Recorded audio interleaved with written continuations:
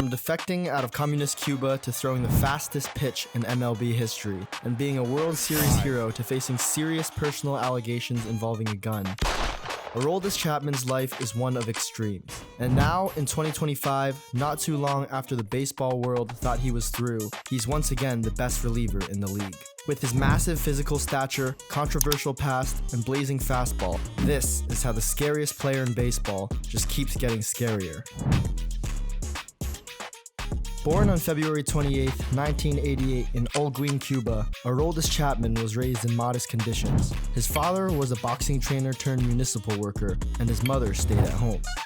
Baseball wasn't a part of his life until age 15 when a friend invited him to join a local youth team.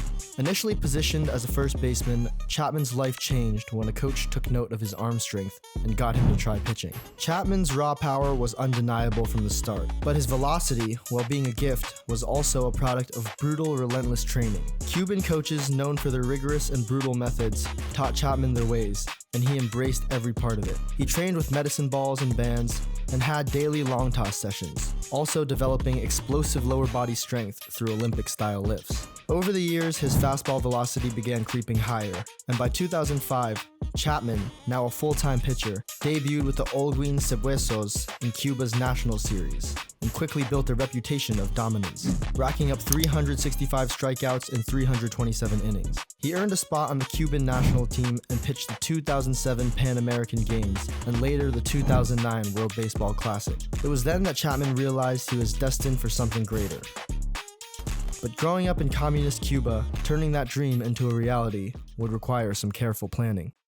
Aroldis Chapman's journey from Cuba to Major League Baseball was no easy task. His first attempt to defect in 2008 failed when Cuban authorities caught wind of the plan, reportedly due to loose talk from those involved. Chapman faced serious consequences, including removal from the Olympic team, and feared for his family's safety. But with this being said, due to his status as Cuba's star baseball player, he got off a lot easier than others who tried to defect. Also, it is at this time Chapman likely became a government informant to lessen his punishment, but we'll get to that later. Learning from that failure, his second attempt in July 2009 was swift and silent. While in Rotterdam with the Cuban national team, Chapman simply walked out of his hotel, got into a waiting car, and vanished. He left behind his pregnant girlfriend and the life he knew, aiming to sign a major league contract worth millions. Those scouts were captivated by his triple-digit fastball. Concerns remained about his maturity, control, and consistency. Still, Chapman's defection became one of the most high-profile in baseball history.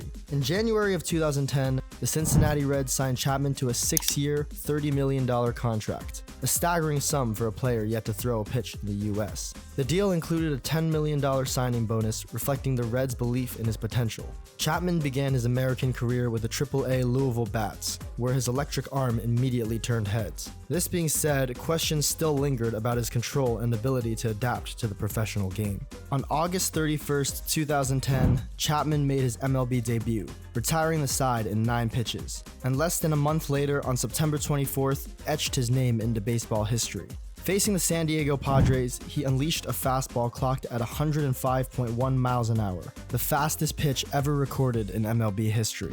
The radar gun wasn't lying. Chapman's throwing mechanics were a marvel. A long, lean frame at 6'4" and an explosive delivery that generated torque from his lower body, and a whip-like arm motion that seemed to defy human physiology. His fastball wasn't just fast. It was a spectacle, routinely passing 100 miles an hour and leaving batters flailing. This moment marked the arrival of a generational talent, one whose arm would redefine the closer role. From 2012 to 2015, Chapman was the epitome of dominance. As the Reds' closer, he became a 4-time All-Star, a rare feat for a reliever, and his stat lines were jaw-dropping. In 2012, he posted a 1.51 ERA with 122 strikeouts in 71.2 innings. In 2013, a 2.54 ERA with 112 strikeouts in 63.2 innings. Along with his electric fastball, he threw a sharp, late-breaking slider, which added a bit of finesse to his arsenal, making him a nightmare to face. By 2015, he had amassed 146 saves, cementing his status as one of baseball's elite closers. He was also a scary motherfucker. In this period, Chapman had some control issues, and when his fastball connected with a batter, well, let's just say it wasn't fun for them. In 2014, Chapman threw 2 heaters by Nate Shearholz's head, and though it was accidental, it caused tempers to flare. All in all, whether intentional or not, this factor made facing Chapman a psychological gauntlet, where batters had to try not to strike out while also bracing for the possibility of getting drilled by a missile, which just added to his already immense fear factor. In December of 2015, Chapman's career took a pivotal turn when the Reds traded him to the New York Yankees. The move was poised to elevate his profile, but just months later, he faced a storm of controversy. Chapman was involved in a domestic violence incident with his girlfriend in Florida. According to police reports, he allegedly choked her and fired 8 gunshots into a garage wall during an argument. While no criminal charges were filed due to conflicting accounts and insufficient evidence, the incident triggered MLB's newly implemented domestic violence policy, with Chapman becoming the first player suspended under it, receiving a 30-game ban. Chapman accepted the suspension without appeal, stating he wanted to move forward. However, the incident left a lasting mark on his reputation, raising questions about his character that will follow him throughout his career. In July 2016, after pitching 31 games with a 2.01 ERA, the Yankees traded Chapman to the Chicago Cubs, a team desperate for bullpen strength in their quest to end a 108-year World Series drought. Chapman delivered. His postseason performance was electrifying, being a constant force, closing out the Cubs games, particularly in the World Series against the Cleveland Indians, where in Game 5 he pitched 2.2 innings, striking out 4 to secure a critical win. In Game 7, he was called upon in the 8th inning with the Cubs clinging to a lead. Disaster struck when he surrendered a game-tying 2-run homer to Rajai Davis, a moment that briefly seemed to jeopardize Chicago's championship hope. But the Cubs rallied in extra innings, and Chapman earned the win, pitching through exhaustion to win his first ring. When the Cubs clinched the title in the 10th inning, Chapman's contributions were undeniable. He logged 13 postseason innings, striking out 21 batters, and his ability to handle high-leverage situations were instrumental in ending Chicago's curse. In December 2016, Chapman signed a 5-year, $86 million deal with the Yankees, the richest ever for a reliever at the time. In 2019, he reached new heights, winning the Mariano Rivera AL Reliever of the Year award with a 2.21 ERA and 85 strikeouts in 57 innings, but unfortunately surrendered a walk-off 3-run homer to Jose Altuve to end New York's season. The 2020 season, shortened by COVID, brought more challenges. Chapman tested positive for the virus, sidelining him early, and later was suspended 3 games for intentionally throwing at Tampa Bay Rays batter Mike Brosseau, which was most definitely not fun for him. Oh yeah, he also shit his pants in the middle of an outing. Laughing, he turned around to center field. What was going on with that? He's fine. He's fine. Mother Nature calls sometimes. Oh. Nothing was as bad as 2022 though. His performance faltered and his ERA ballooned to 4.46, and a tattoo infection sidelined him. His failure to attend a mandatory workout led to his exclusion from the Yankees playoff roster, and his tenure in New York ended unceremoniously, with fans and management questioning his commitment. In 2023, Chapman signed a 1-year, $3.75 million deal with the Kansas City Royals, a low-risk move for a team hoping to revive his career. At 35, he reworked his windup, putting more drive into his leg to gain back a little bit of velo, which had gone down a tick over the years. Additionally, under the guidance of Royals pitching coaches, Chapman redefined his approach, leaning more heavily on his slider and developing a sinker to complement his fastball. The results were great, a 2.52 ERA in 29 appearances, and a renewed sense of purpose. At the 2023 trade deadline, the Texas Rangers acquired Chapman for their playoff push. He became a linchpin for their bullpen, serving as a setup man for closer Jose Leclerc. Chapman's postseason performance was stellar,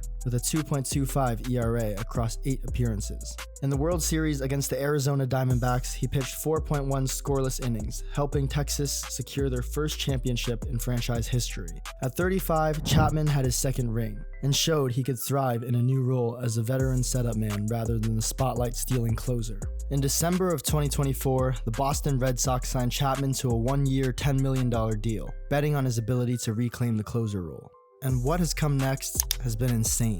Chapman, now 37, in his return to the AL East, has been a revelation so far. By June, he had recorded 10 saves, had a 1.50 ERA, and a career-best walk rate. His fastball, still just as fast as ever, was now 100% under control with his newfound command. He is having the best season of his career to date and is once again the most feared closer in baseball.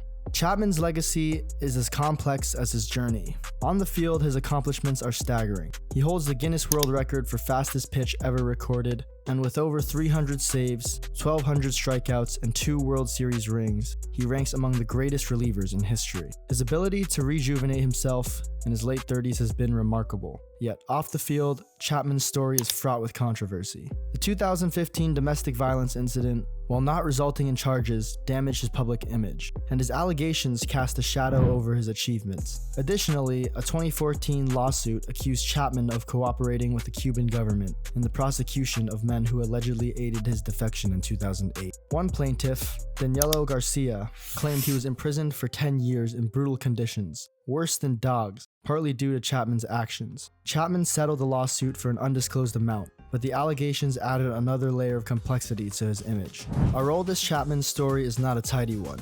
It's about betrayal by governments, teams, and perhaps himself, and brilliance that shines through the cracks. His journey from a Cuban defector to a 2-time World Series champion is a testament to his talent and work ethic. Yet his off-field controversies remind us that even the most gifted athletes are human, capable of actions that inspire both admiration and condemnation. Now closing games at 37, Chapman is not just surviving, he's the best he's ever been. The Cuban missile isn't done. In fact, he's just recalibrated and scarier than ever.